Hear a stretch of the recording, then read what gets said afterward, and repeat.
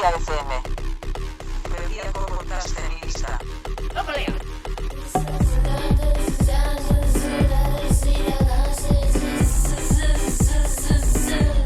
FM.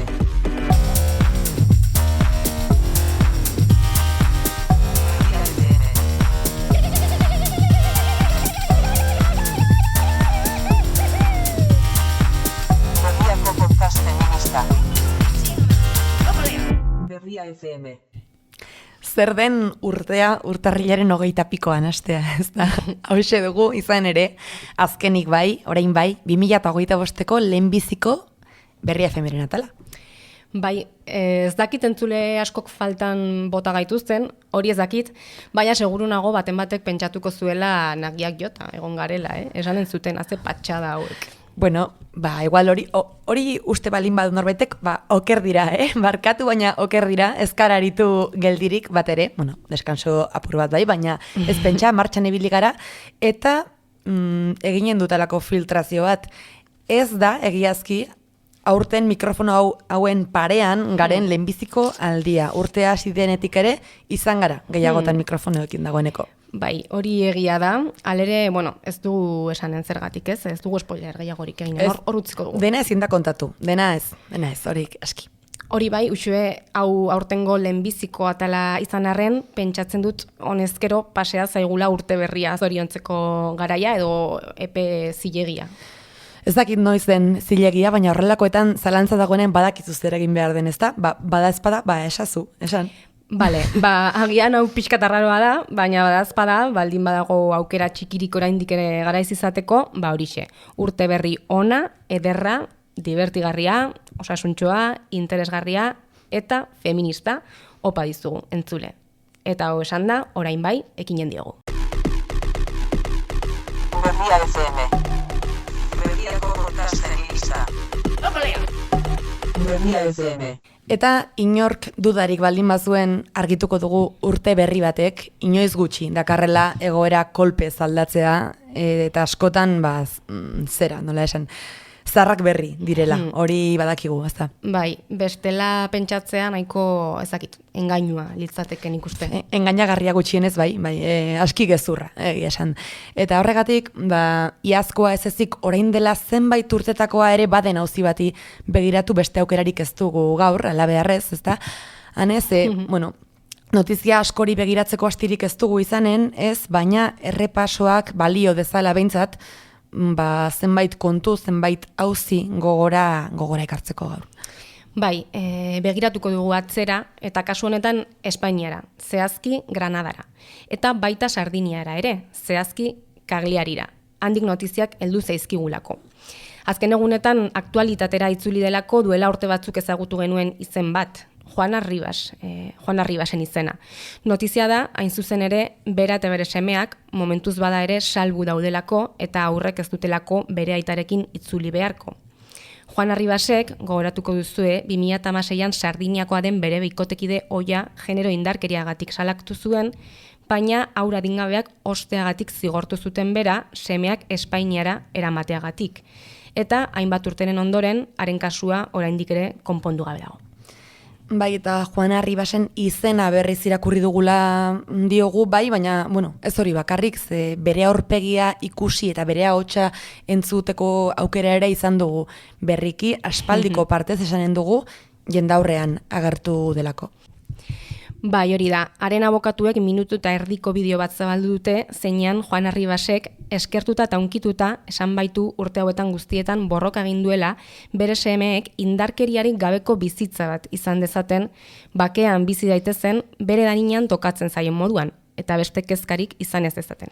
Entzunen dugu pixkatxo bat. Juana Ribas.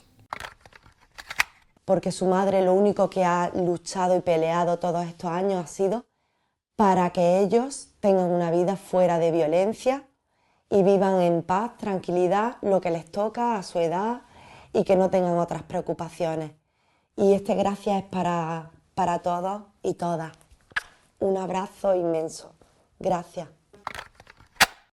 Nik aitortuko dut urteotan ez dudala seki jarraitu, auzia, ez da, luzea baita, soka luzekoa, baina egia esan bideo hau ikusi nuen eta pentsatu nuen, hola, kolpez, ez? Ze zakit, duintasuna emakume honena, eta aretateigarriagoa da hori, edo ideia hori indartsuago dut buruan, jakin badakigulako zenbat, borrokatu, sufritu duen emakume honek, zenbat jende izan duen kontra, eta justizia ere, bere kontra, noski, ezta? Eta orain, horrela agertzeko indarra izate utxa bada mirestekoa. Bai, pasa bat da, bai. Eta, barkatu bai bideoari buruzko zenbait azalpen zenituen zuk. Bai, besterik gabe, bideoan eskerrak eman dizkiela, urteotan babesa eta laguntza eman dieten pertsonei, eta nabarmendu duela azken egunotan, edo azken asteetan oso gauza garrantzitsuak gertatu direla euren kasuan. Eta justu ere, entzule horiek dira, barkatu gaur gogora ekarri nahi genituzkenak, ez da? Bai, edo saiatuko gara, bintzate, zertzelada batzuk ematen eta kasua freskatzen, nolabait. Esaguzu, bai. Kontua da, Italiako fiskaltzak eskatu duela, behin-behinean, Juan Arribasen seme txikia, Daniel, 11 urteko adingabea, Sardiniara itzuli behar ez izatea. Eta diot itzuli, Daniel abendutik dagoelako Granadan, Eguberriak bere amarekin eta bere familiarekin pasatzera joan zelako, baina bestela 2017tik Sardinian bizi izan da bere aitarekin, epaileak hala aginduta. Eta hau orain gertatu da, 2024aren amaieran berriz zabaldu zutelako Danielen zaintzarekin lotutako prozesu judiziala, Francesco Arkurik, aitak, umeari tratu txarrak egiten zizkiola antzeman ondoren. Beste hainbat gauza gertatu dira azken asteetan, baina hori da titular nagusia, nolabait esateko. Eta horregatik diogu, orain seguru dagoela, momentuz amarekin gelituko delako orain arte. Ez bezala, ez? Tratu txarrak eta indarkeriaz blaitutako inguru horretatik salbu dagoelako amarekin. Bai, amarekin eta bere anaiarekin, Gabrielekin adinez nagusia dena, eta hori ere xehetasun garrantzitsua da, ze hau ez da Danielen zaintzari buruzko lehen epaia, 2017ko eta 2023ko epaibanak esklusiboki aitaren esku utzi zuten adingabearen zaintza eta ondorioz bi anaiak banatu egin zituzten. Nola nahi ere, Cagliariko auzitegiak erabaki dezakeenaren zain, momentuz Daniel bere amarekin egonen da, Espainian urtarrilaren 7an Granadako instrukzio epaitegiak behin-behinean bertan bera utzi zuelako aurra Sardiniara itzultzea eskatzen zuen Italiako justiziaren agindu bat. Erabaki hau ere garrantzitsua da, eta gaineratuko dugu, epai horren autoaren arabera, Danielek adierazi duela beldur handia duela eta eskatu dela bere aitarekin ez itzultzea. Eta Danielen anaia nagusiak ere, Gabrielek duela gutxi kontatu du ze tratu txarrak jaso dituzten biek aitaren gandik. Beraz, une honetan, podcast hau grabatzerakoan hori da egoera, gutxo gora bera, uxue eta entzule, hori da momentu honetan dakiguna. Eta arrazoi mordoa ditugu, bide batez hau hona ekartzeko, ikusteko besteak beste, kasu honetan Espainian eta Italian ez, eta Sardinien eta inguru horretan gertatutakoak zenbat gauza azaleratzen dituen interesgarria. Hori baian esan duzu, hori da egoera orain engrabatzen ari garelarik, baina esan beharra dago hau Juan Arribas aspaldi ari dela bizitzen ibilbide judizial hau eta ibilbide judizial luzearen beste kapitulo bat, baizik ez dela hori da asuntoa. Bai, guztiz eta tamalez ez dakit azkena izanen den, ere.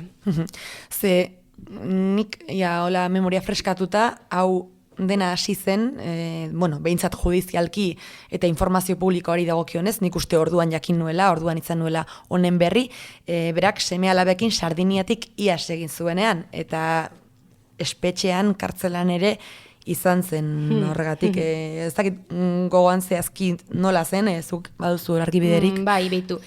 Kasua 2016an piztu zen, diozun bezala Juana Sardiniatik Espainiara joan zen, bere bi semeekin. Francesco Arkuri bikotekide hoia tratu txarrengatik salatu zuen, adingabeak aitarekin ez itzultzea erabaki zuen, eta gizonak salak eta jarri zion umeak osteagatik. Orduan hasi zen dena, eta diozun bezala espetxe zigorra ere ezarri zioten 5 urtekoa 2018an adingabeak osteagatik. Baina gero 2021an auzitegi gorenak zigorra 2 urte eta erdira murriztu zion eta urte horretan bertan Espainiako gobernuak indultu partziala eman zion. Urtebete eta 3 hilabetera murriztu zion zigorra lan komunitarioak egiteko baldintzarekin. Beraz, 2021ko ekainean espetxean sartu zuten, baina hilabete batzuk geroago azaroan aske utzi zuten baldintzapean, eta 2022an zigorra eten egin zioten zenbait baldintzarekin. Emakume honek eta noski bere inguruak familiak sufritu duena, ez dakit hitzez neurtzen. Ez da, ni bueno, konfiantza handiagirik ez diot, organo edo ente honi, baina ea oraingoan bingoz justiziak bere alde egiten duen. Hori da, eta berandu izanen da, baina berandua da ere, ea oraingoan.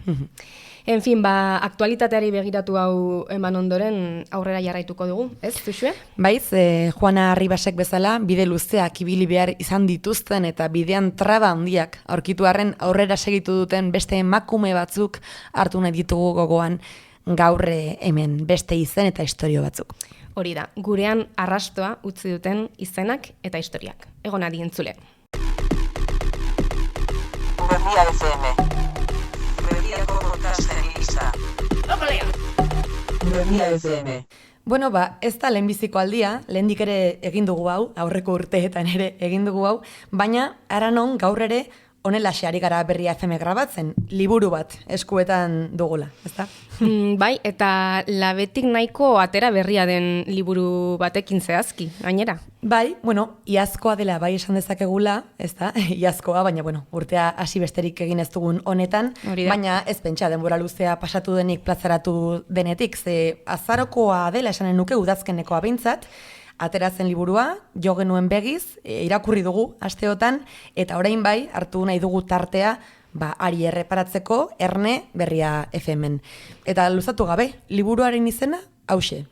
Romani adin, 2, Euskal Herriko historian emakume ijitoek utzitako arrastoen ondoren. Eta gure gonbidatua nor, Noemi Amaia Garzia Amugeko kidea. Kaixo, Noemi, ongitorri Berria FM-era. Kaixo, eskerrik asko. Asteko, Noemi, definizio baten premia dugu.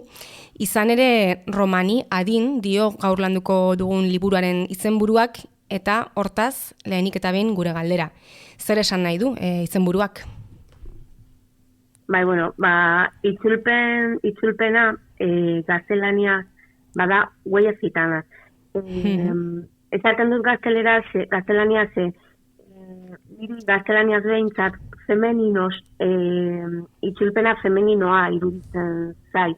Euskaraz itzulpen zehatza izango litzateke emakume ijituen aztarnak, ez? Ze hori dira espezifikoki emakumeena. Ados, oso ongi. Edo nola ere, izenburuaren bigarren parteak ematen aldigu kaloa ulertzen ez dugun euskaldunoi pistaren bat gehiago, ze honela irakurtzen dugu liburuaren azalean, Euskal Herriko historian emakume ijitoek utzitako arrastoen ondoren. Beraz, zuk eman diguzu itzulpen zehatza eta azpituluan ere pista horiek baditugu. Hori da beraz lan honen mamia, baina nondu abia puntua proiektuak.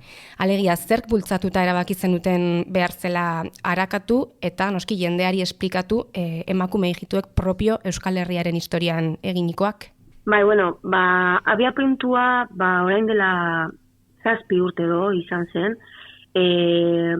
guk feminismoan aritzen gara eta joaten ginen espazio eta gune ezberdinetara. Eta hor, emakume feminismoan, emakume erreferentei galdetzen genien, ez? Ze historia, ze referente genituen emakume ijituak, haiei galdetzen genien, ez? Haiek, pentsalari handi horiek, zituzten emakume ijituen, ezagutzen zituzten emakume ijituen historiak. Eta erantzuna beti ezetz izaten zen. Orduan haiek nora baitez emakume ijitu historia ikustezin eta isildu hori bilatzera bultzatu gintuzten. Eta hori da proiektu honen edo liburu honen egin duguna, ez? Hasi ginen Romania din lehenengo liburuarekin, eta orain ja bigarrena atera egin da. Erreferenteen gabeziak bultzatuta abiatu zineten beraz, eta hain zuzen liburuaren hasieran bertan nabarmendu duzue kritika, mendeetan ez ikusiarena eginda. Baina gauzak ez dira kasualitatez gertatzen, gauzak ez dira kasualitatez ezabatzen historiatik, beraz beharko dira erantzukizunak eta erruak seinalatu, ez da? Hori ere bai? Ikusezintasuna hau edo ez egotea emakume zituen referentzia inon, ez? Hau ez da kasualitatea. Bada marginalizazio eta bazterketa sistematiko prozesu historiko baten erantzuna. Dena den, ez dago errua bota bilatu behar, ez? Baina honekin ez dugu inor seinalatu nahi edo errua bota nahi. Baina bai nahi duguna da emakume zituen historiak ikustaraztea, ez? Eta beharra hori bai daukagu. Emakume gure asmoa izan da errealitatea kontatzea eta gure arbasoei nolabait ahotsa ematea. Eta hori da guk gure ametsa eta gure nahia. Gure arbasoen ahotsak eta emakume zitu erreferenteak egon direnak ikustaraztea. Mendeetako gabezia hori konpentsatzeko ale bat jartzea, ez azken finean? Bai, noski. Eta beitu kritikan ere, sakonago ere egiten duzue, Noemi, izan ere hause diozue, ez gaituzte irudikatu eta irudikatu gaituztenean flamenkoaren eta beste arte mota batzuen bidez izan da, ez? Hori ere irakurri dugu liburuaren hasieran eta galdetu nahi nizuke, izan ere akaso antigitanismoaren adibideetako bat ere izan daiteke hori, ez da, kamuflatuagoa irudi lezakeena, baina, erromantizazioa, ez? Adibidez, soilik flamenkoaren inguruari begiratzea, hori ere ez alda arriskutsua. Oso arriskutsua da, bere emakume zituak bi modutan, ez? Edo herri zitu osoa bi modutan, baina zehazki emakumeak, ez? Irudikatu egin dituzte, bai komunikabideetan eta bai liburuetan edo historian zehar. Bata izan da, hori, irudikapen romantiko hori, ez? Herri alderrai, ez? Edo askea, edo leku batetik bestera joaten dena, baina da ikusten edo horren atzean zer badago ijituen aurkako legeak. Etengabe mugitu egin gara, ze egon dira lege batzuk, non esaten zuen ijituak ezin zirela 3 egun baino gehiago leku berberean egon. Orduan, hor atzean diskriminazioa dago eta gure aurkako legeak egon dira, ez? Eta gero badago beste iruditegi kolektibo bat, ez? Eta hori 6 mendetan zehar egon da eta irudikatu egin da eta izan da emakume zituak sumisak bezala, ez? Eta hori ideologia politika eta interes batzuen atzean egon da. Eta orduan, nola irudikatu gaituzte emakume zituak, como las otras, ez? Izan da, hori, baztertuta edo izan behar ez den emakumeak bezalakoak, ez? Eta orduan, hori 6 mendetan zehar, lapurrak izan bezala irudikatu gaituzte, bai bortitzak bezala, bai zikinak bezala, bai gizarte laguntzak jasotzen ditugunak bezala, eta hori interes ideologiko eta politikoei erantzuten di. Eta, interes politiko jakin horren kontra egiteko, besteak beste, aipatu dugu, liburu hau dugula eskuetan, liburu hau dugula aitzakia gaur zurekin hitz egiteko, Noemi, eta, guk eskuetan dugularik, ikusten dugu zer dagoen, baina entzulek ere jakin dezaten nolakoa den liburu hau, aipatuko dugu jakin dezaten, edizio elebiduna dela, euskaraz eta gaztelaniaz idatzia, eta horietan, ze proposamen egin duzue? 16. mendetik 20. mendera bitarte bizitako hainbat emakumeren izenak eta beren istorioak daude hemen bilduta, eta tartean dira sendalariak, emaginak, milizianoak, margolariak, flamenko dantzariak ere bai, horiek ere badirelako noski, baina ez soilik, eta guztira 6 kontakizun jaso dituzue. Hori bakarrik ez gainera, bereziki interesgarria egin zaigu guri, hause, historio idatzi eta kontatu eta irudikatu duzue, por cierto, Sandra Carmonaren marrazkiekin, eta historio bakoitzaren bukaeran amujeren hausnarketa bana ere erantsi duzue. Pentsatzen dugu, Noemi, ezinbestekoa ere iruditzen zaizuela hori gehitzea, ezta? Hausnarketa bat, gaur egunera ekarria. Hausnarketa horien bidez, pizka bat irakurlei eskaintzen diegu testu inguru bat, ez? Pizkat analisi kritikoa eskaintzen diegu. Gure esparru feminista edo gure edo ijituentzat duen garrantzia irakurleak ulertu ahal izateko, ez? Adibidez, badaude adibide kultural batzuk, ez? Gure hausnarketa hau ez bagenu ipiniko, ez? Igual ez ziren egin ulerkorrak ipiniko, ez? Edo ez badituzu datu historiko batzuk, ez? Oso zaila da hausnarketa hau egitea. Orduan horregatik egin izan dugu hausnarketa hau kapitulu bakoitzaren amaieran. Ederki, ez dugu liburuan jaso dituzuen atal guztietan sakonduko, baina bai nahi genituzkela zenbait kontu aurreratu, pista batzuk eman, eta seguru gaude entzulei ere sakontzeko gogoa emanen dietela.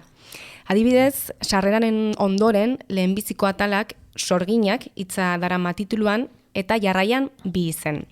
Juana Altimazbere eta Maria Estefania Aranaz. Hasiera dituko dugu. Juana Altimazbere eta Maria Estefania Aranaz 18. mendean bizi izan ziren bi emakume hijito ziren. Bi emakume aske, jakintzu eta independente ziren. Herrietan zehar ibiltzen ziren pertsonei laguntzen, gaixotasunak sendatzeko zituzten ezagutzei eta etorkizuna asmatzeko zuten gaitasunari esker. Herri horietan bizi ziren pertsonek errespetatzen zituzten eta Juana eta Mariaren jakintza eta remedioetaz fidatzen ziren. Baina politikariek eta elizak sorgintzak jo zituzten, garaiko legeak eta morala ez betetzeagatik, eta ez izateagatik haiek kristau ontzat jotzen zutena. Bi emakume horiek Logroñoko inkisizioaren auzitegian epaitu zituzten 18. mendearen amaieran. Eliza katolikoak ezartzen zituen arauak betetzen ez zituztenen ahotsak isiltzea eta mugimenduak debekatzea bilatzen zuen gizarte baten biktima izan ziren. Bi emakume hauen historia gehiago ezagutuko dugu.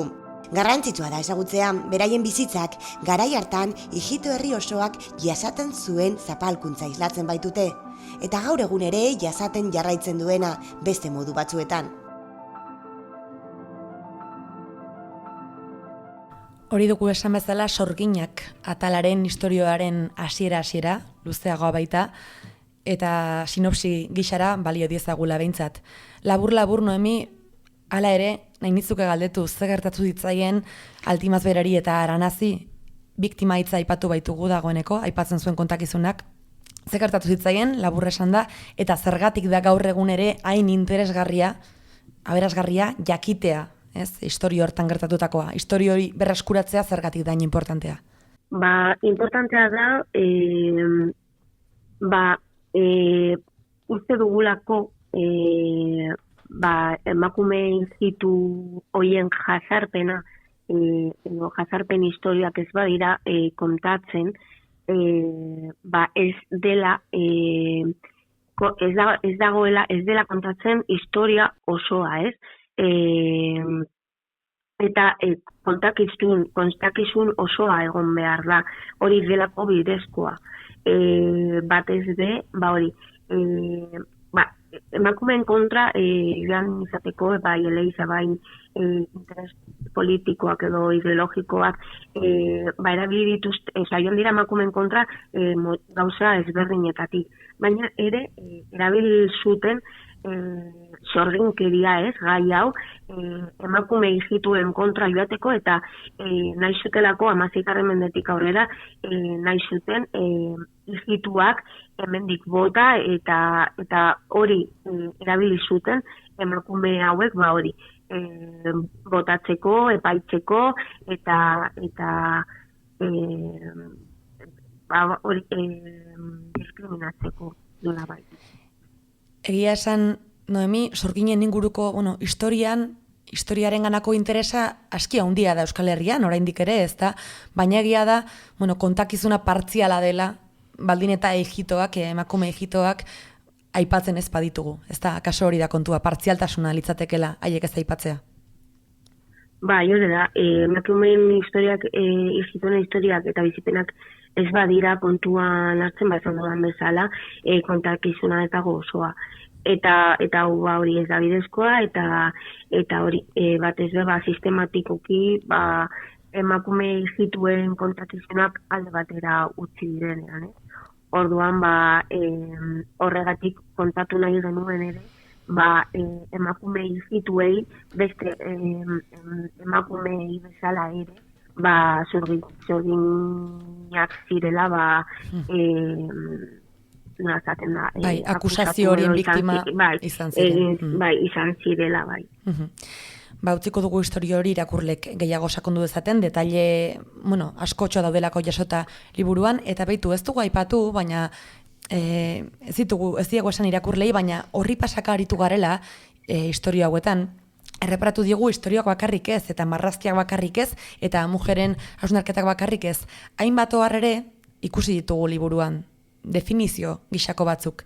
Adibidez, labur-labur jarria dago esaterako zer den patriarkala, eta hor definizio bat, zer den historio honetan adibidez sorginen iragarpen bat, eta esplikatua, baina bereziki hauek egin zezkigu interesgarriak. Kalo hizkuntzako terminoen esplikazioak, definizioak. Hauxe galdera, Noemi, izan ere, kaloa ikastea ere, ikasten alegintzea ere, ez alda modu bat, ijito herriaren gana hurbiltzeko, ez da, guk ere ikasteko.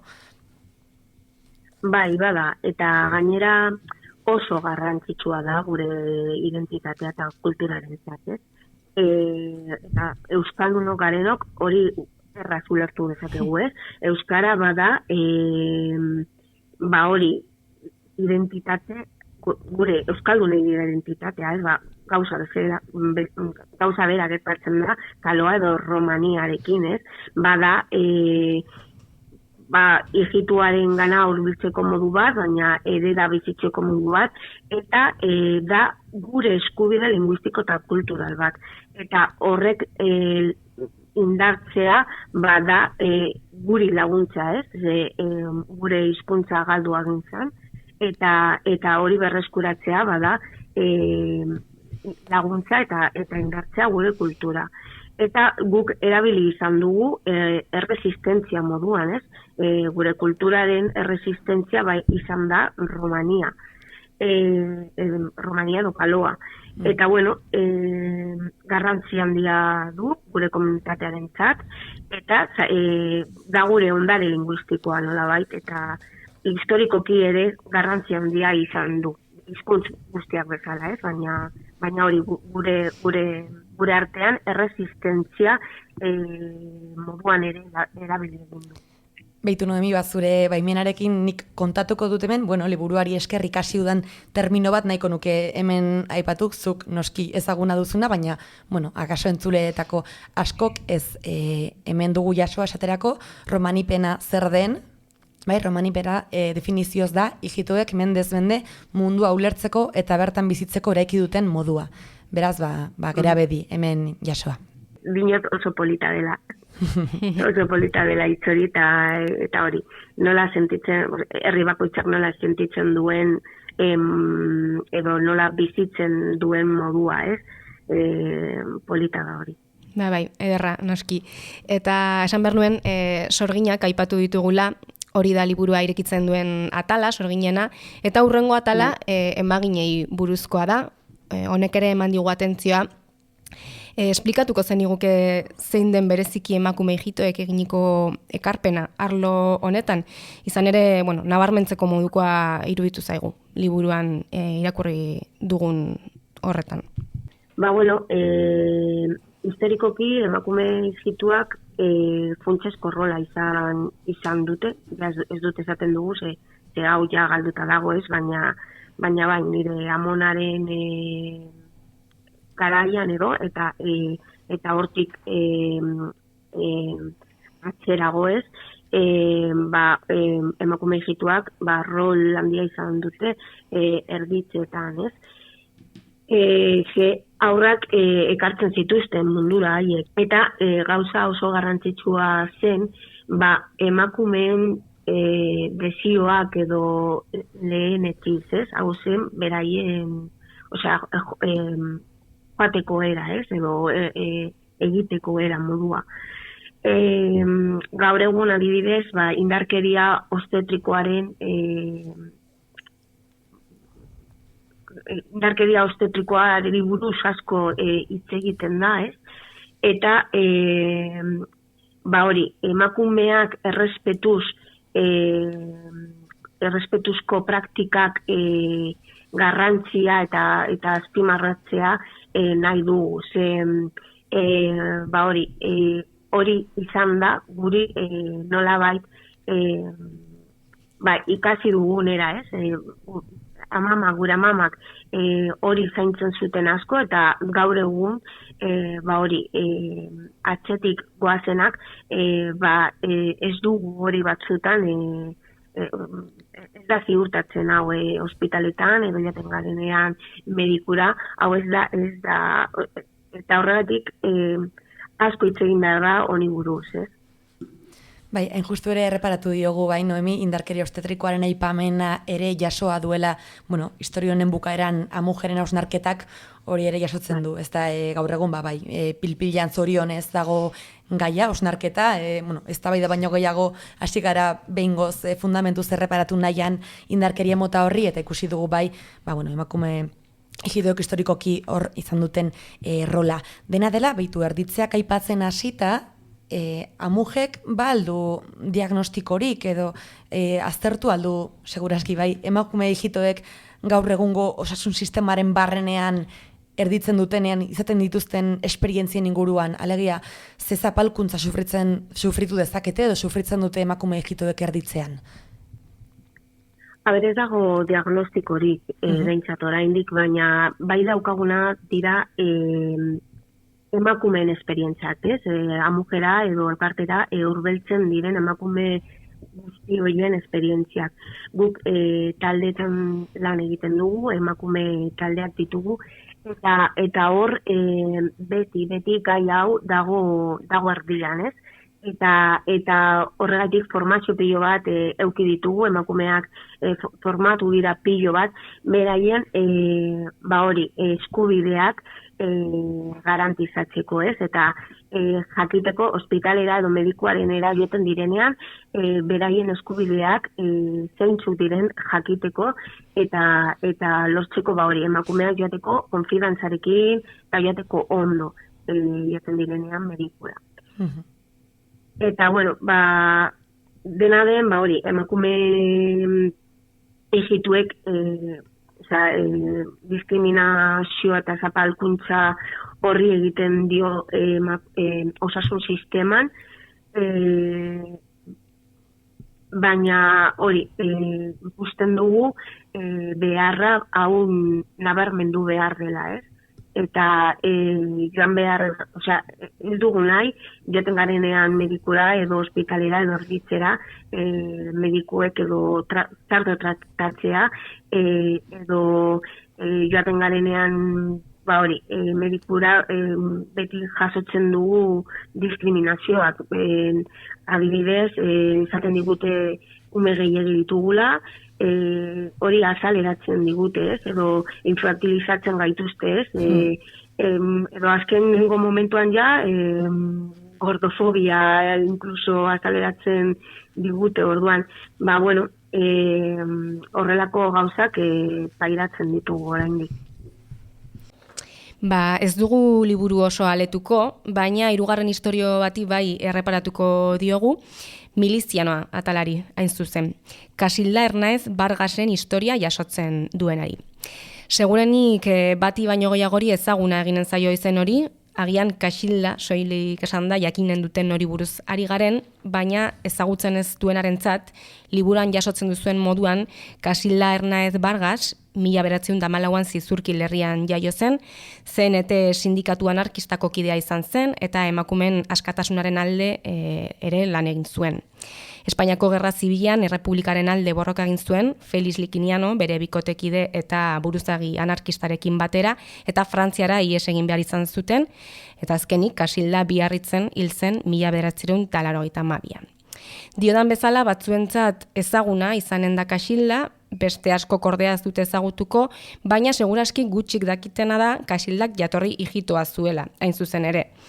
Hemen ere, beraz, emakume ijito bat da erresistentziaren ikur, eta gainera honek erakusten du erresistentzia eta borroka grina ez dela soilik izan eremu pribatuetan eginiko zerbait.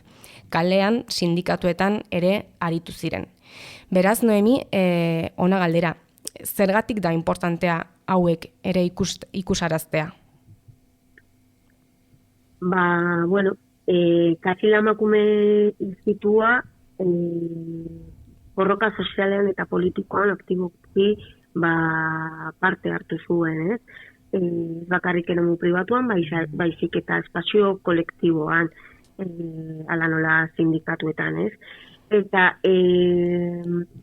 gauza da, normalean, emakume ijitu batek zeo zer ona edo laguntzen duen zeo zer egiten badu, igual edo invisibilizatu egiten da, edo bestela ez dute esaten, emakume ijitua denik, baizik eta, emakume honek hau egin zuen, Osea, gauzak honentzako ez dute ijitua dela ez da ijitua dela nabarmentzen. Bakarrik gauza txarrak egiten diren nabarmentzen da hori, Ederki dakite, Noemi. Direla, edo ez, izan. Ederki asmatzen duela jendeak noiz nabarmendu eta noiz ezkutatu, ez da datu hori, ez da? Hori da. Eta ez badira kasu hauek, Kaxildarena, edo ez badira nabarmentzen eta zaten ijituak direnik, kentzen ari diegu erreferenteak neska ijituei, edo gazte ijituei, kentzen ari diegu erreferente batzuk, non esaten badugu ijituak direla, haiek ispilu horretan bigiratu aldira, Edo emakume zientifikoak, guk landu genuen adibidez eskolan emakume zientifikoak, eta eraman genituen emakume zientifiko ijituak, eta nolabait izkutatzen da leku guztietan ijituak direnik, badirudi hori, matematikak badira edo zientifikoak edo zer nabarmena egiten badute, ja ijitu beraien kultura usten dela leku batera, Eta hori erreferente eta erresistentzia mugimenduan izan duen garrantzia ikustarazi behar da. Gai honekin lotuta, hain zuzen, Amujek irakurketa bat egin du, liburuan jaso duzuena, eta jarraian parte txiki bat adituko dugu, bai? Aurrera. Kaxildak herri eta gizatalde guztien askatasunaren alde borrokatzen zuen. Historia gizonek bakarrik idatzi izana ere kritikatu zuen. Horrek emakumeak ikusezin bihurtzen baititu. Inoiz existitu ez balira bezala zioen. Arrazoi horiengatik guztiagatik Amujen emakume honen historia baloratzen dugu eta bere ereduarekin ezarri zuen onura guztia. Emakume iraultzaile, donostiar, feminista, emakume ijito baten biloba, giza eskubideen defendatzaile, emakume aske eta bizitzaren adibide bezala baloratzen dugu.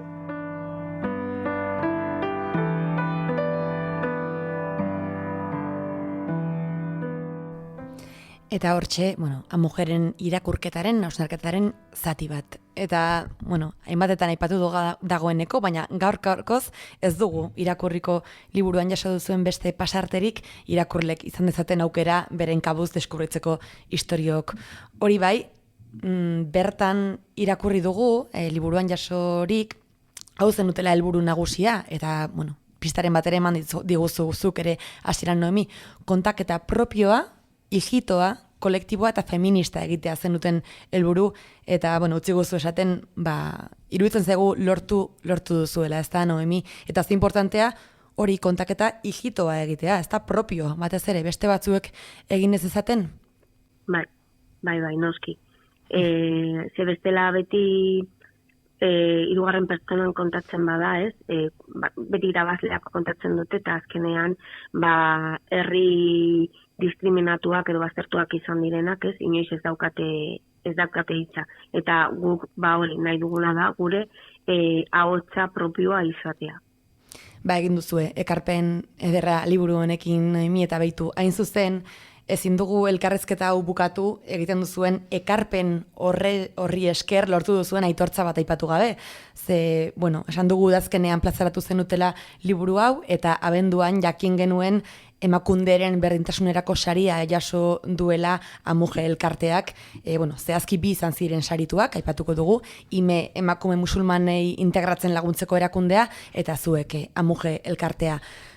Zer moduz, jaso zenuten notizia hori, saridunak izanen zinetelakoa? Oso pozik.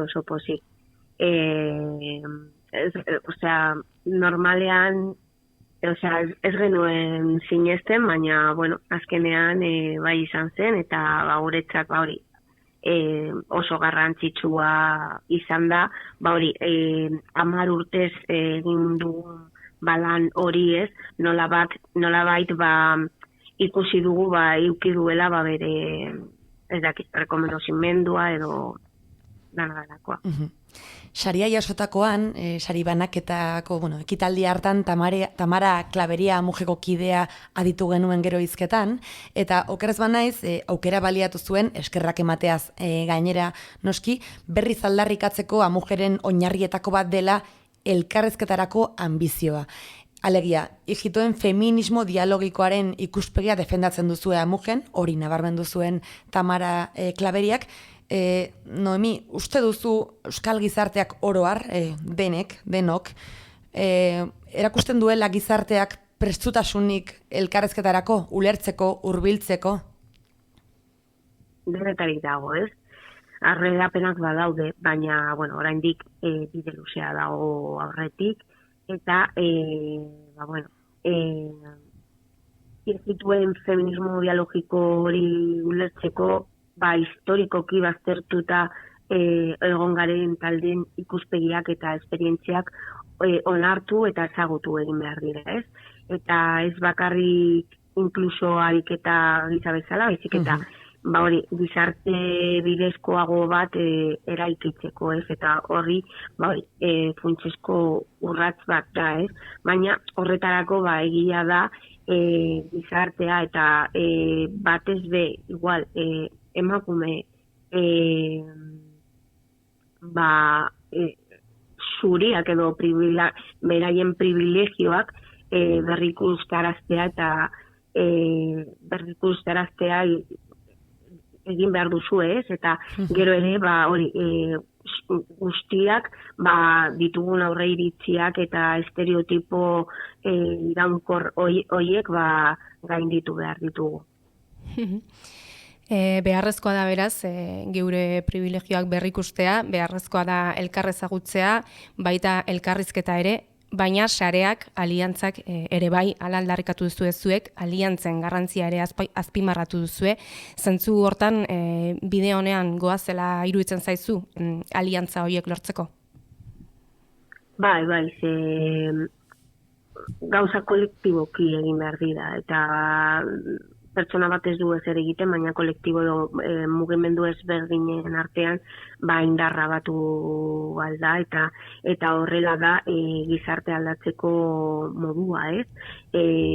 Eta hori, denok jo behar dugu, berdintasunaren aldeko borroka kolektibo horretan, eta arrazismoaren aurka,